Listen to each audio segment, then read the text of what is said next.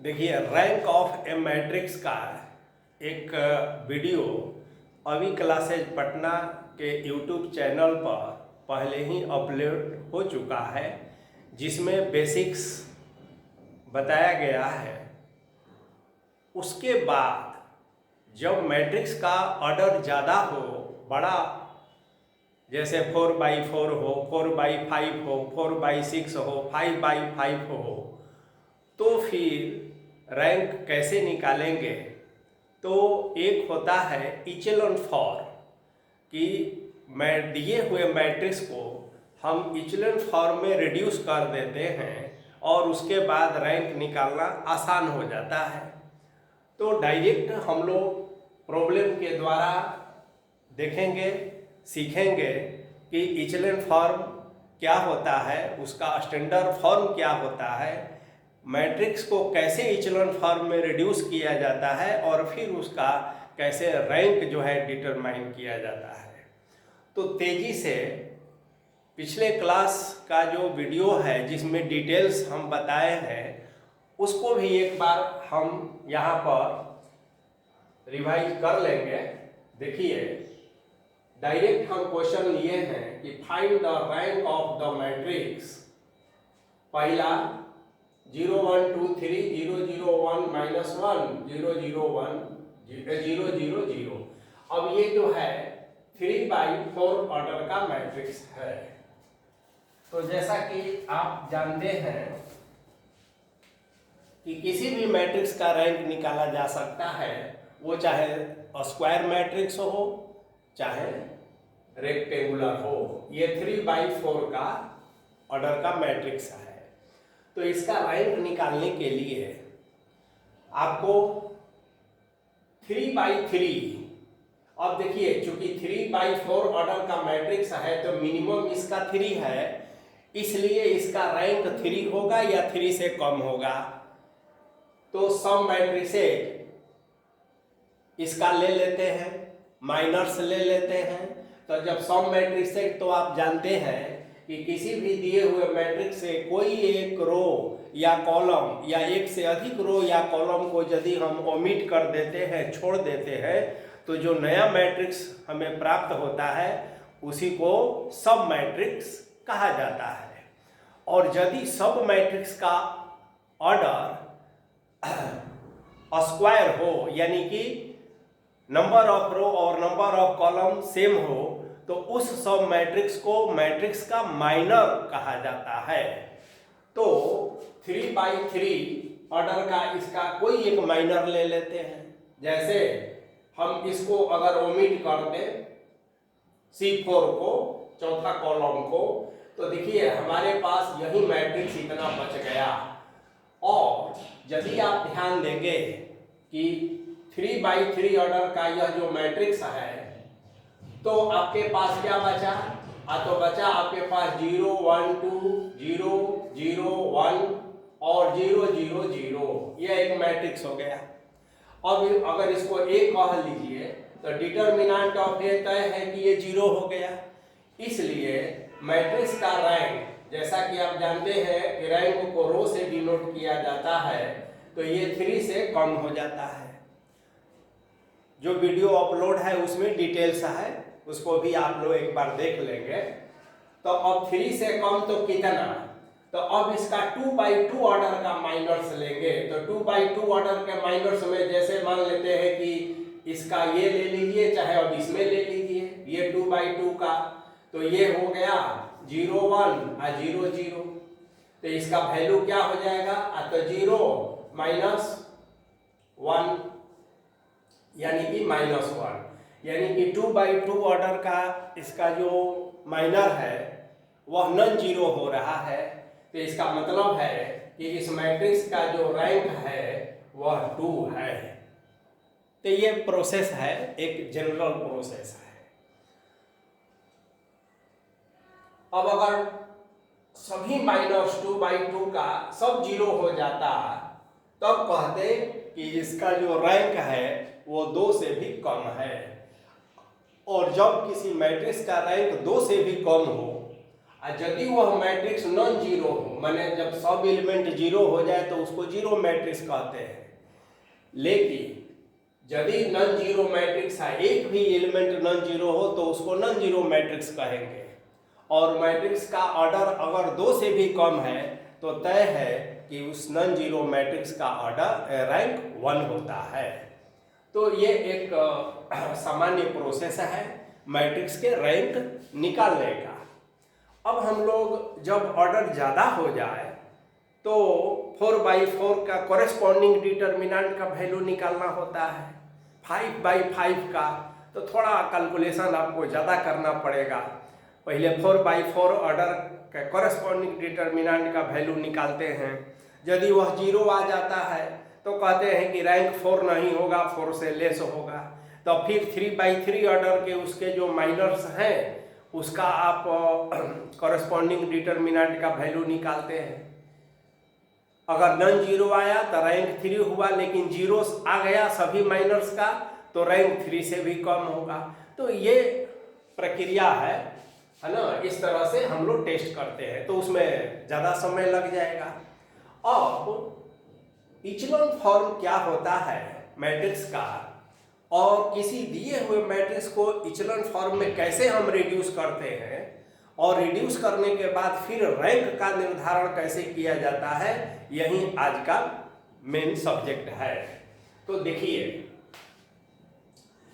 जैसे ये second matrix जो है या फर्स्ट मैट्रिक्स के भी बारे में हम बात करें ये, तो देखिए इचेलॉन फॉर्म होता क्या है, ध्यान दीजिए।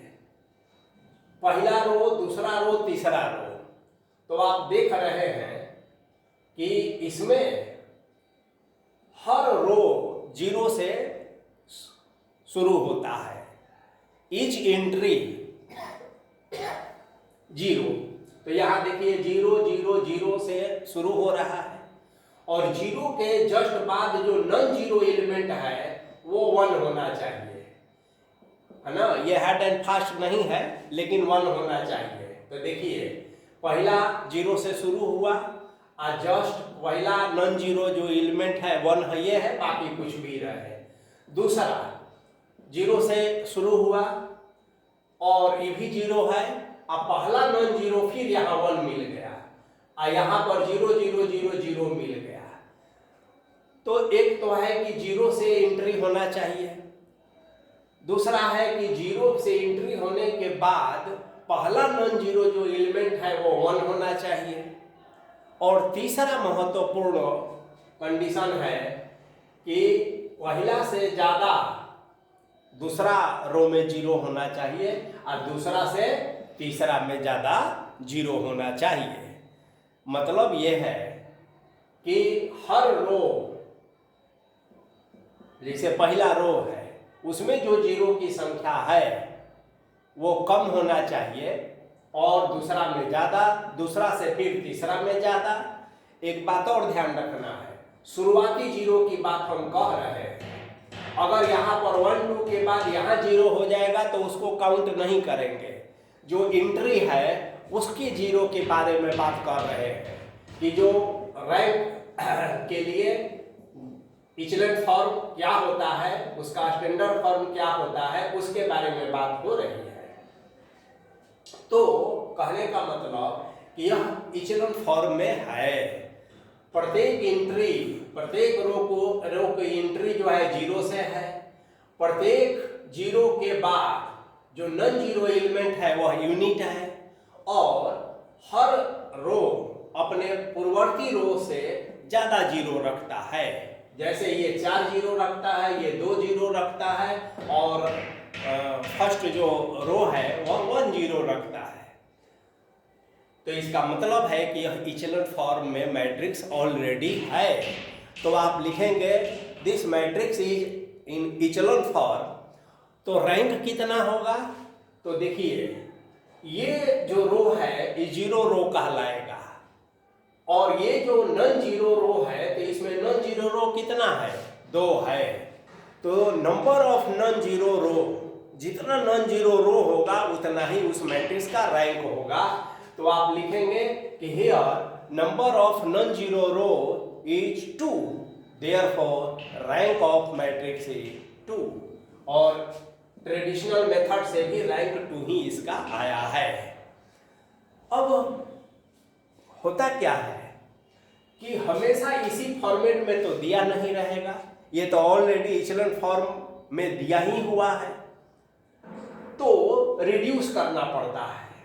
अब जैसे दूसरा भी देख लिया जाए, अभी ये हर वो प्रॉपर्टीज का पालन करता है, हर रो का जो एंट्री है वो 0 से है, हर 0 के बाद नॉन जीरो जो एलिमेंट है देखिए वो 1 है ही, और हर रो अपने पूर्ववर्ती रो से ज़्यादा 0 रखता है, यानी कि यह भी इचलन फॉर्म में है।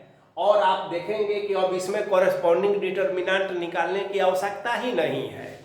आप कहेंगे कि नंबर ऑफ इचलन फॉर्म, ऐसे this is in echelon form and number of non zero rows कितना है, तो 1 2 और 3। आप एक बात और देखेंगे, हम जब कह रहे हैं कि हर रो अपने पूर्ववर्ती रो से ज्यादा 0 रखता है, तो आप देखेंगे क्या कि इसमें 1 2 3 है, इसमें भी 1 2 3 है, तो आप कहेंगे कि ये तो बराबर 0 है। लेकिन यहाँ सावधानी बरतनी है। सावधानी क्या बरतनी है? एलिमेंट्री 0 की बात कही जा रही है, इधर वाला 0 के नहीं। जब नॉन जीरो एलिमेंट के बाद कोई 0 मिलता है तो उसको हम ध्यान में नहीं रखेंगे।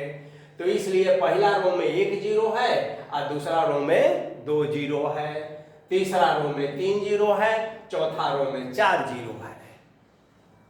तो number of non zero row 1 2 3 is equal to 3, इसलिए rank of matrix A B C कुछ भी मानिए इज इक्वल टू 3। तो बिना कोरेस्पॉन्डिंग डिटर्मिनेंट निकाले आप इचलन फॉर्म में डायरेक्ट ऐसा कर सकते हैं। अब चलिए, अब इस मैट्रिक्स के बारे में सोचिए कि यह जो है 4x4 ऑर्डर का एक मैट्रिक्स है। अब इसका हम लोग रैंक कैसे निकालेंगे?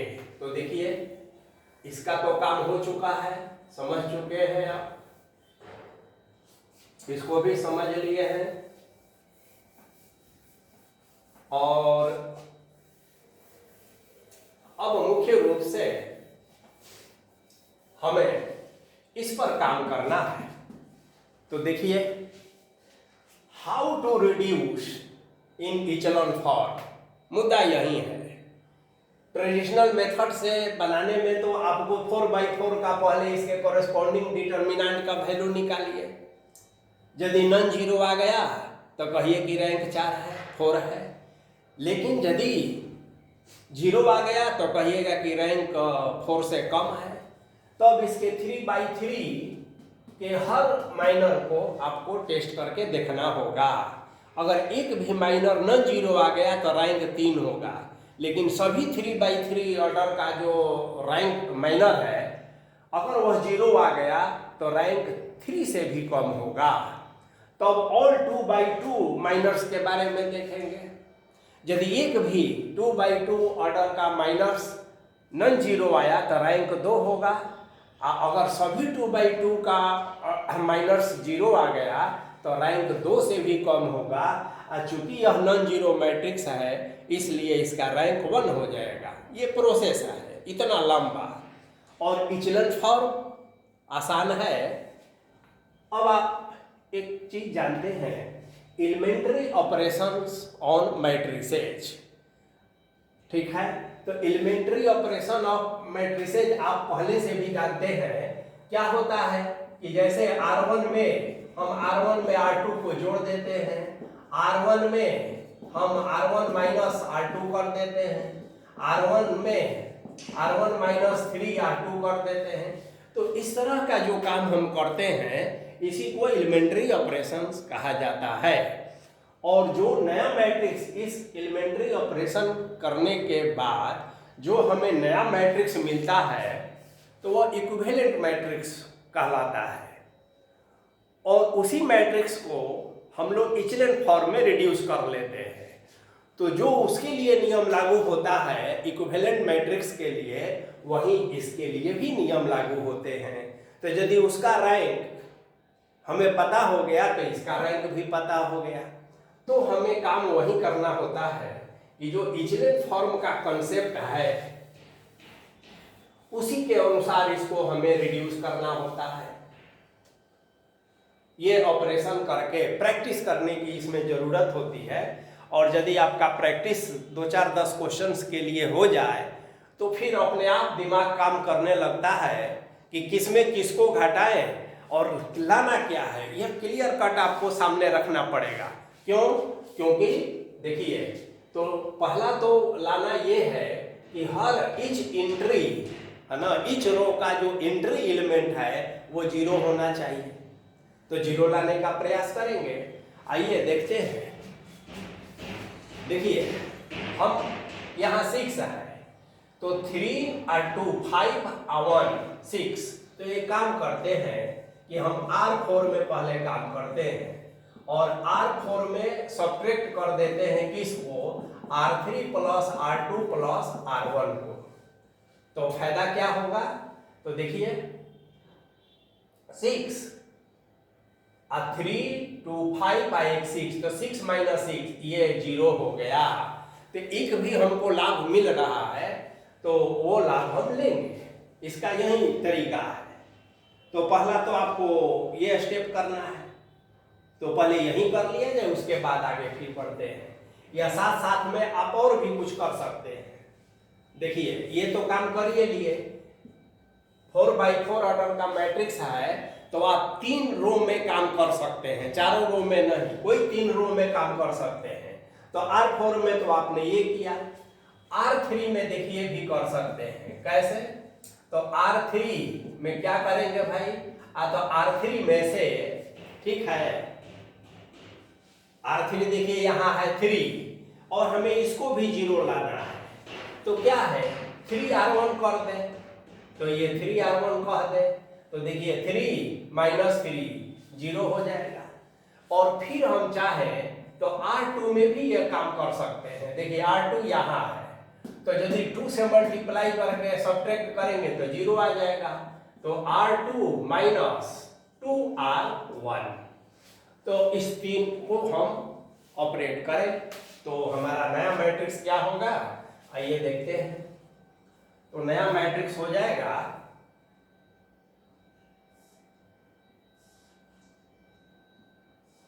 देखिए, पहला रो में कुछ नहीं किए हैं तो ये तो जैसे था वैसे रह जाएगा।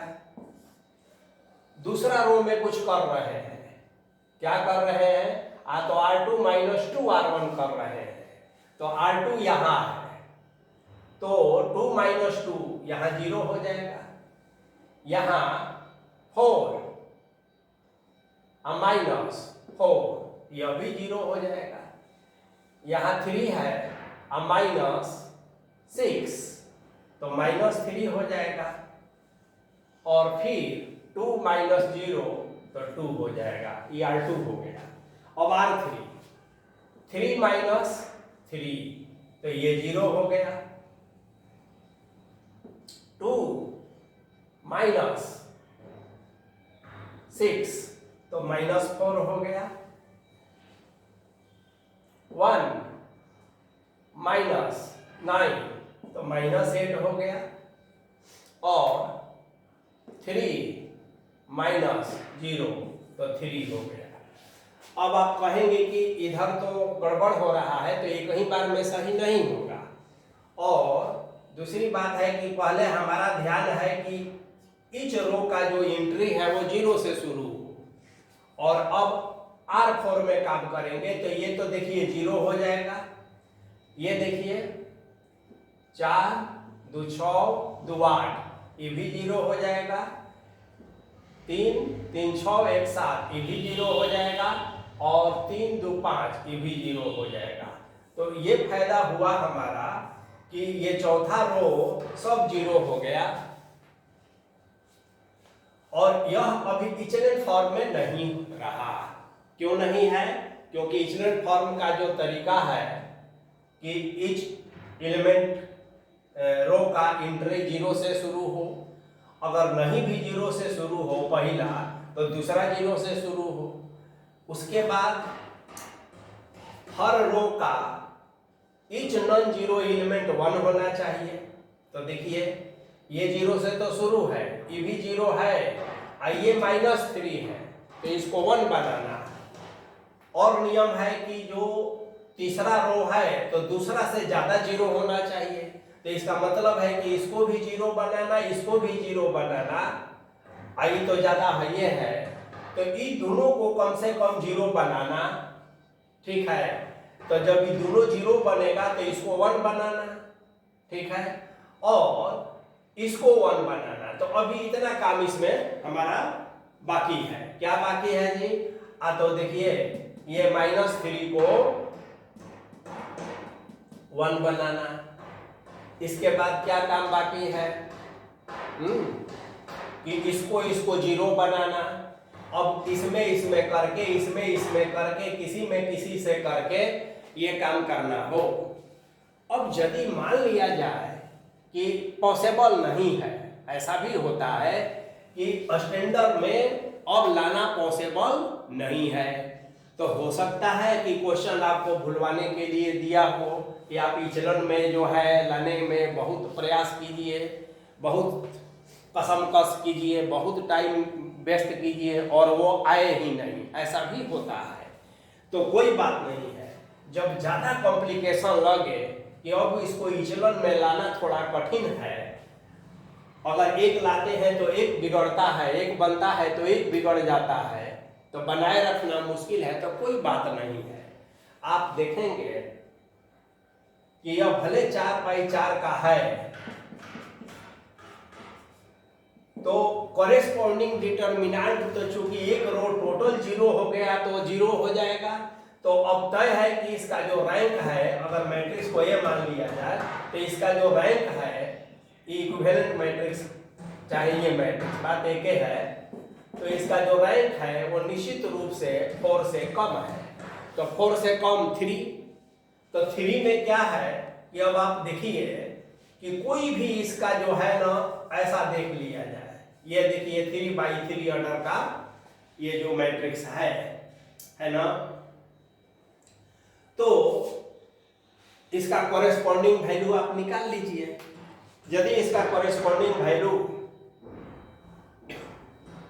0 आ गया तब कहिएगा कि रैंक 3 से भी कम है, तब 2x2 का कोई भी ले लीजिए, ठीक है, इधर ले लीजिए, ये ले लीजिए, अगर मान लेते हैं तो 3 दूनी, पहले तो 3x3 में देखेंगे, तो देखिए तो ये जो 3x3 का कोई भी एक ले लीजिए, तय है कि इसको छोड़ के तो इसको आप लेते हैं, तो क्या यह 0 होगा? नहीं होगा। देखिए चाहे कि इसी के अनुसार, अगर चाहे इसके अनुसार आप तोड़िएगा तो 1, और ये छूट गया, ये छूट गया, और ई हो गया -8 और +12, यानी कि नॉन 0 हो गया। इसका मतलब है कि रैंक जो है इसका 3 हुआ। तो जो ट्रेडिशनल मेथड है उसका यूज करके हम निकाल लेंगे। कब? जब इचलन लाने में कठिनाई हो और नहीं आ रहा हो, ऐसा हो सकता है। फिर भी जो एलिमेंट्री ऑपरेशन आपने किया तो उससे आसान तो हो ही गया ना, क्योंकि इसका डायरेक्ट कॉरेस्पॉन्डिंग डिटर्मिनेंट का वैल्यू निकालना कठिन था और इसका आसान है, इसीलिए एलिमेंट्री ऑपरेशन हर हाल में आपको करना ही करना है। चलिए अब हम क्वेश्चन जो चौथा है इसके बारे में सोचते हैं कि इसको कैसे आगे हम बढ़ाते हैं, रैंक कैसे निकालते हैं। 4x4 ऑर्डर का यह भी एक मैट्रिक्स है। तो आइए, यदि इस मैट्रिक्स को ध्यान से देखेंगे तो एलिमेंट्री ऑपरेशन जो है, क्योंकि डायरेक्ट बनाएंगे तो फिर कैलकुलेशन लंबा होगा। तो देखिए पहले तो 0 की बात करेंगे हम, तो R2, तो 1 में से 1 0 हो जाएगा, R3 R3 में से 2R1 या 2R2 कुछ भी कर दीजिए तो 0 हो जाएगा, और R4 में R1 या R2 3 से मल्टीप्लाई कर दीजिए तब 0 हो जाएगा। तो पहले हम ज़्यादा नहीं सोचकर 0 बनाने का प्रयास करते हैं। तो आइए कौन सा ऑपरेशन इसमें अप्लाई करेंगे, तो R2 से शुरू करें। तो R2 में डायरेक्ट R1 कर दीजिए, R2 में R1। इसके बाद क्या करेंगे, R3 में करेंगे। तो R3 में R3 तो 2 R1 कह लीजिए, और उसके बाद R4 में एक साथ कर सकते हैं 3 में। तो R4 में तो देखिए R4 यहाँ है तो इसमें 3R1 कह दीजिए बस। अब इसके बाद जो आपका मैट्रिक्स जो आएगा, तो देखिए पहला तो है कि फर्स्ट रो में कोई अंतर नहीं पड़ेगा, दूसरा में पड़ेगा, ये 0 हो गया, और 3 - 2 ये 1 हो गया, 2 - 1 ये भी 1 हो गया, और 2 - 2 0 हो गया। अब देखिए यहाँ पर आप खुश हो गए क्योंकि पहला जो एंट्री है 0 आ गया। अब R3 में करते हैं 2R1, तो 2 - 2 यह 0 हो गया, फिर जो है 4 - 4 यह भी 0 हो गया, फिर 3 - 3 यह भी 0 हो गया, और फिर R3 2 से करना है, तो 2 2 0 0 3 2 1 हो गया, गलती हो गया था, और 2 ये फिर 0 हो गया। चलिए अब R4 में करते हैं, तो 3 - 3 ये 0 हो गया, 7 - 6 तो 1 हो गया, 4 - 3 1 हो गया, और 6 - 6 0 हो गया। तो ये हमारा मैट्रिक्स आ गया है। अभी आप देखेंगे कि कुछ अच्छा रिजल्ट तो जरूर आया है, लेकिन इचेलन फॉर्म में अभी नहीं है। क्यों नहीं है, देखिए एक तो है कि 0 के बाद जो एंट्री है 1 आ रहा है सभी रो में, ये तो ठीक बात है, लेकिन थोड़ा क्रम में है कि ये चौथा रो है, इसमें नंबर ऑफ 0 इधर वाला 1 के इधर वाला इसके तुलना में ज्यादा होना चाहिए। जैसे इसमें 1 है, इसमें 2 है, तो इसमें 3 होना चाहिए था, तब जाकर इसको आप इचेलन फॉर्म कह सकते हैं। तो क्या कर सकते हैं, देखिए बड़ा आसान है, ये है R4 और इसके ठीक सामने 1 1 यहाँ है, देखेंगे आप R2, ठीक बात है। एक बात और आप देखेंगे कि यदि आप चाहें तो ट्रेडिशनल मेथड से भी इसको आप बना सकते हैं। कहाँ है कि देखिए ये R2 और R4 आइडेंटिकल है, इसलिए 4/4 ऑर्डर का मैट्रिक्स तो 0 हो ही जाएगा। इसका मतलब है कि इसका रैंक जो है 4 से कम होगा। तो अब ऑल 3/3 सेम प्रोसेस अपनाएंगे आप, लेकिन यहाँ इचेलन फॉर्म की बात है।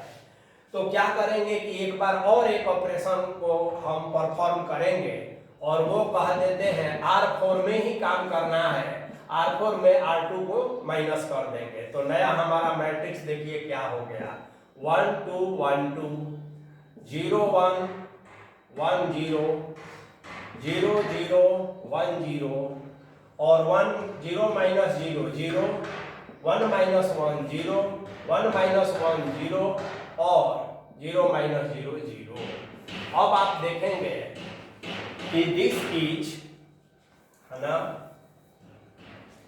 This is in an echelon form. Echelon form है ना। इचेलन फॉर्म की क्या विशेषता है कि हर एंट्री रो कि हर रो का हर एंट्री 0 से होना चाहिए और 0 के बाद जो पहला नॉन जीरो एलिमेंट है वो 1 होना चाहिए। तो देखिए इसमें भी ये नियम लागू है, इसमें एक भी 0 नहीं है और जो पहला नॉन जीरो मिला वो 1 मिला। इसमें एक 0 है और नॉन जीरो है ये है, उसके बाद 1। इसमें 2 0 है और तीसरा जो है नॉन जीरो एलिमेंट में 1 है ही और इसमें चारों 0 है। तो इचलेट फॉर्म का तीनों कंडीशन सेटिस्फाई हो रहा है कि हर रो अपने पूर्व के रो से ज्यादा 0 रखे। तो इधर वाला तो 1 रखता है, 2 रखता है, इधर के 0 से नहीं, 1 रखता है, 2 रखता है, यहाँ 4 रखता है। तो जब इचलेट फॉर्म में हो गया तो एक ही चीज देखना है कि नंबर ऑफ नॉन जीरो रो कितना है। तो आप देखेंगे कि ये 0 रो है, ये और ये, तो आप कहेंगे कि the number of non zero row, लिखेंगे ऐसे, देखिए the number of non zero row is 3। इसलिए रैंक ऑफ ए, अगर इस मैट्रिक्स को ए कहेंगे तो रैंक 3 हो जाएगा। तो देखिए ये हो गया कि किसी भी दिए हुए मैट्रिक्स को हम कैसे इचेलॉन फॉर्म में रिड्यूस करके यह पता कर सकते हैं कि नंबर ऑफ नॉन जीरो रो कितना होगा और वहीं उसका रैंक हो जाता है। तो ज़्यादा कैलकुलेशन करने से आप बच जाएंगे, यह ध्यान में रखना है और इसका प्रैक्टिस करना है एलिमेंट्री ऑपरेशन का।